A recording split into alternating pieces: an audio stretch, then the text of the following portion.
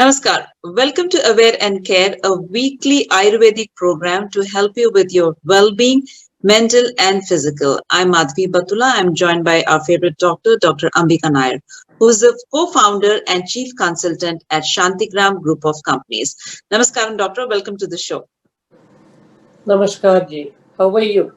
All very good, doctor. I love saying that whenever I look at you because that's the way it should be, mentally and physically all fit and running in the right direction with the right food habits and physical activity. Winter is setting in, lots of things are happening around us.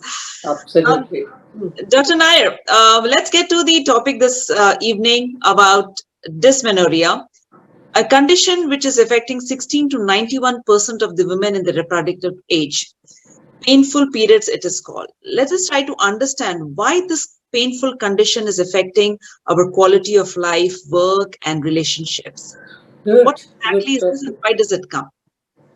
Good topic. First of all, then you should know what is normal periods. Mm-hmm. Okay, normal period means without any pain, the natural flow of blood, from the uterus is coming out. So there is no pain. Mm-hmm. But when it is like a kashta artava, so there is pain. Mm-hmm. So that's why it is called dysmenorrhea. Mm-hmm. Okay. So, it can start from any age. The conditions are primary and secondary. Yes, okay. Okay. Primary means there won't be any other problem with the person. Mm-hmm. Okay. But it comes, normally it starts, during the adolescence, they may not have it. But, after 2 years of the periods, so it starts like that. So there can be, when you check the guy, when they go to the gynae and all, when they check, even the ultrasound also shows that every endometrium is fine. There is no problem. Hormones are in the place. There is no problem for that. Okay. Okay. But it can be psychological also, stressful also, because children, sometimes the pain is too much. They faint in the school and all. Right. Okay, like fatigue. They are so pale, anorexia. They don't feel like eating anything. So much tired, sometimes headache, nausea. Nausea comes actually most of the cases because actually when the mouth of the uterus opens, nausea will come in. Even for delivery also it will be like that. Okay. Okay, so the pain can start from the lower abdomen. It can go to the thighs. It can radiate till both the legs. So they won't be able to walk even for a second. But this is actually primary. But sometimes when you check also, some people will have the construction problem. I will say that the construction was not right. Okay. So structural problems can be there. Okay, so this all. Then comes the secondary one. Secondary one is little tough. Okay. This is seen mostly after 30 years of age. Oh, okay. Okay. Then, what will happen? Because there will be fibroid uterus, pelvic inflammation, lots of white discharge, smelly white discharge with the fever and all those things. Okay, then, they will have so much of pain. It lasts for even 2 days, 3 days. Even stenosis also causes all these things. Possible, that's And some people get a repeated urinary tract infection also. This also will happen like that. And endometriosis. I have seen that so many endometriosis happens like this with the pain. And adenomyoma, meiosis. There are so many. Like uterine myoma, obstructive malformations of the genital tract. There are so many other causes like that. Yeah. So that is what it is. So let's talk about that and try to understand how Ayurveda can help us. So let's start also with the basic question. You mentioned primary and secondary. Yeah. So is this normal or it is part of every female body? Like you said, it's part of the structure also. Some children or some teens or women. Yeah, malformations are there. Yes. Yeah. Some teens and women go through all their life without a pinch of pain. But for some, it is so debilitating, their entire work life and their normal life is affected. So is this normal? Because we see more and more cases happening these days. Because actually, first of all, is like their wholesome diet is not there. They don't take a proper diet, Mhm. and so much of stress, especially in this time. Like because people don't bother what to eat, what not to eat. They'll Mhm. be running for actually. This is a racing. Mhm. So maybe one, like something like that, one bite they will take. They will be Right. running for Mhm. their work. Even children with the studies. Mhm. So the stress is too much, even in the work area, or even in the ladies have lot of work. You understand it, Okay. whether in the kitchen, whether in the household, work-wise also, even rearing the children. So these all they ignore actually. So when it is uncontrollable, only they come with the problems actually. Doctor, Yeah. before we continue there, I also want to add in a question here because many a time when the pain starts, many women are first referring to their mothers or to their grandmothers and saying whether this is hereditary. My aunt had it, my grandmother had it, so it's okay, it's normal. It is not normal. That's what I get to understand from the little conversation you just started with.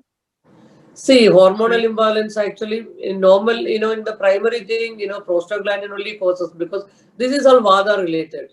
Related. See Okay. how the vada has to throw out the things, like it's like, see how the pain comes is that because, see, if the uterus is not opening, Mhm. so, like if the, see, the constriction will come. So naturally, what will happen? So much of like hypoxia will be there for the uterus, less oxygen. So Mhm. that area become ischemic. Mhm. See, like how it comes to our heart, we go to the doctor, but here we don't go. Mhm. That's why you see that with the pain, the patient fainted. Right. Okay, so this happens to them only. Then the uterus has to forcefully throwing out the blood from the uterus. Okay.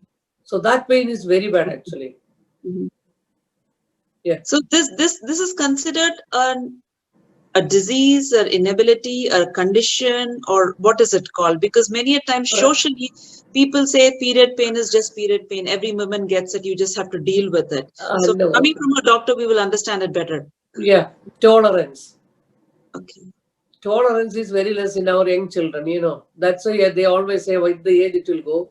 And with the good sex Mhm. and with the vaginal delivery, it all subsides. So that's why, with the age it goes, like they all will tell. Everybody will tell like that only. With the age it goes. Mhm. But if you have vaginal delivery, it goes. Otherwise, it will be very painful. Even uterine inertia, I have seen so many cases like that. Mhm. Yeah. But it can be, like if you have a real bad hormonal imbalance, then you will get it. Maybe the mother had it. Whatever you asked is whether the grandmother had it. But, Uh-huh. like it is undiagnosed. So when it came to the granddaughter, it will be on the, high peak. Right. The Yeah. social conditions are different for tolerance. Yes, That's a very good point that you absolutely. mentioned. But the idea of talking about this topic today, friends, is to understand that this is not normal. To a certain extent, the pain is there, which is on a bearable level. Where it goes unbearable, where fainting, nausea, headache, and your life is getting disrupted, that's when the doctor comes in and tries to help you in whatever possible way.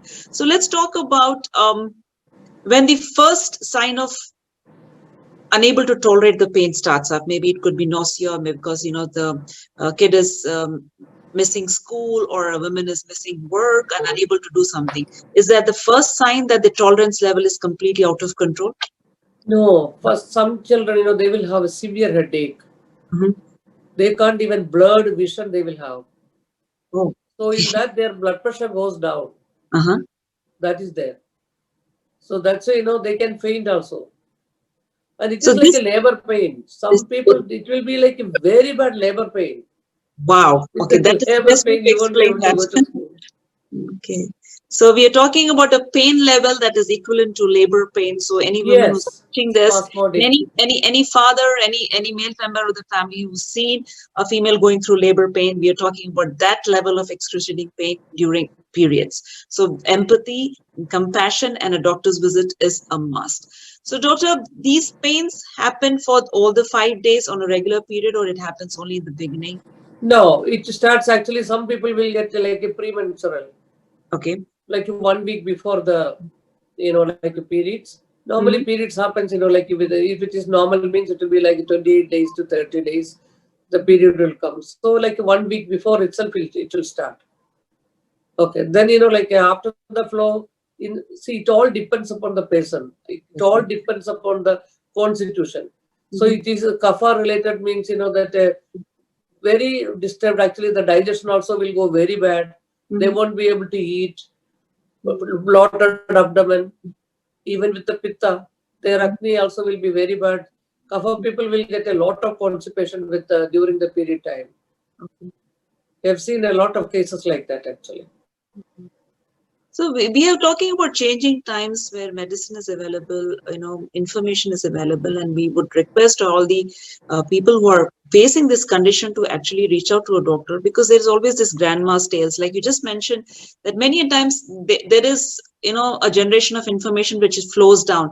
People would say that, oh, when you have a baby or when you have a married life, this pain goes away. Some people say that it is a sign of infertility. We want to break down all these myths and bring down the facts to our viewers today, that this is not normal when the pain level is at that high and it is affecting your daily life. So a patient comes to Santhigram. What next?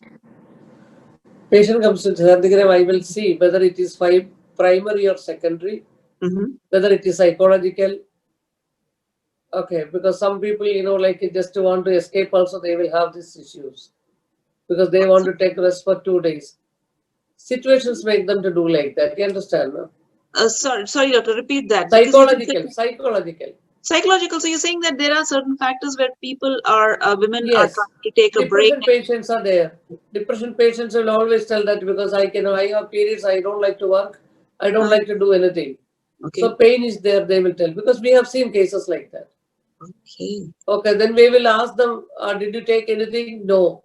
Do you want to take medication? No. Oh, okay. Okay, we tell them to take rest. Actually, take rest is also, see, it is like not everybody, I'm telling, few cases, seldom, very few cases comes. Because we know, like ladies should, when they have a problem like this, I really, advise all the family members to ask them to take like a rest. Rest will really help them to come out very fast. Because Vata, it is high Vata, and they should eat properly. They should be cared.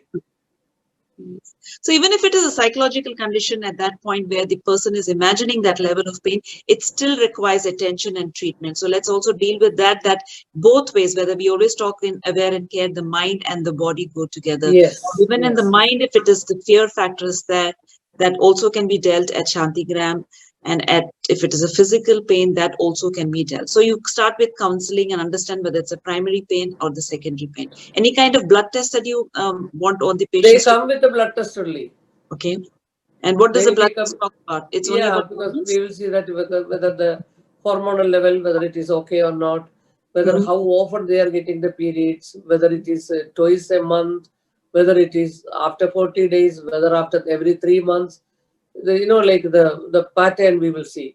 Okay. Whether where the pain is, whether the patient is having any urinary tract infection, whether any other lower backache also, some people will get it.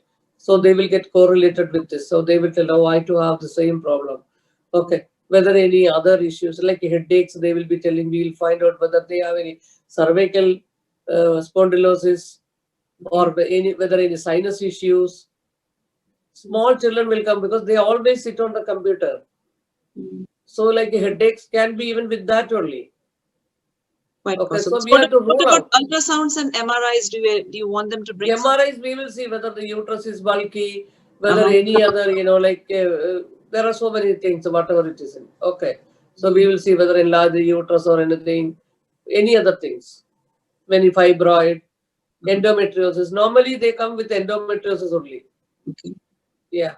And it is also said sometimes that adenomyosis is undiagnosable. I already told adenomyosis. Yeah, you mentioned that. Yeah. So how do you differentiate between the two? We see like a treatment line of treatment is entirely different in Ayurveda. Okay. We have to see that what type of constitution, whether it is pitta, kapha, vada it is there, vada is always there. Then we will see that how they got it, what hormonal changes, whether they need, because the panchakarma, see, first we will start with the diet and we tell them to do little yoga also. Then, like a little herbs we start. If nothing goes wrong, nothing is helping them, we tell them to go for, panchakarma. Panchakarma, yeah, very nice. Like if they are married only, we will give them Uttaravasti. Otherwise, we will not give them. We will give them Yogavasti because Anuvasanam is there. That is Matravasti, and for the Panchakarma, that we'll be giving them. Top and bottom has to be taken care. That's what we say in Ayurveda. So top is the hormones. The effects are on the bottom. Okay, so we take care of that actually. Then we give a diet plan, how they should eat like a small amounts of diet in a gap of like they can have like a 4 or 5 meals a day, small amounts. Okay. They divide and use it actually. Yeah. Sounds good. Okay. And doctor, this particular problem is only related to the uterus or anywhere the ovaries are also involved? See, that ovarian disease is entirely different because the pain will be very different actually. Because there will be a big mass over there. Yeah, understand. No, then that pain, that moving will be there. So ovarian cyst it is entirely different. That is definitely defined during the treatment, and you already check it. That is, with the, like when they come with the ultrasound report, itself we know that. Otherwise, also we will see through the pulse and we'll tell that you feel any pain, any radiating pain like that. Because that's so much of pain, like a defecation, like urinary infections. So all these things, because with the, continuously if one gets, we see that there's a pelvic inflammation also. Yeah. So in the little conversation that we've had till now about dysmenorrhea, that it could start anytime. So for some, at the beginning of the periods, it starts. For some, it is after 30. For some, it could be possibly after childbirth. So let us try to understand and have some understanding as to what is it that can help to reduce the pain for the first symptom, apart from painkillers, or is it no? Painkillers are actually not good. Afterwards, these people will never eat anything. Oh. Okay, so like you can boil if they have shatavari and cumin seeds, they can boil, add it to sugar and give them. Okay. If they have like a raw, like a banana, peel off the skin, boil it, make a paste, add with honey and give. Raw banana. All helps a lot actually. Raw banana, not the ripe one. Not the ripe one. Raw banana, peel it, boil it. Even, ginger also helps.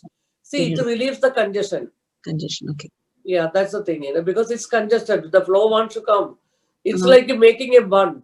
The bund wants to, like open. But the doors are closed. So naturally, it will forcefully come out. So that forcefully is that, like vata. So people with this kind of condition, do they expect more clotting, or it's regular for them? No, clotting will come when if they have any endometriosis, fibroid or anything like that. Okay. So that is in the secondary stage actually. See, if it is a vaginal delivery, 90% of the problems will be solved actually. But if it is not like now, like how they are mostly on cesareans, they opt. So when a patient is coming to Santhigram with this condition, do you want them to come during the periods or after the periods are over? No. They come whenever they want. We don't want them to, no protocol like that. Okay. They can come anytime.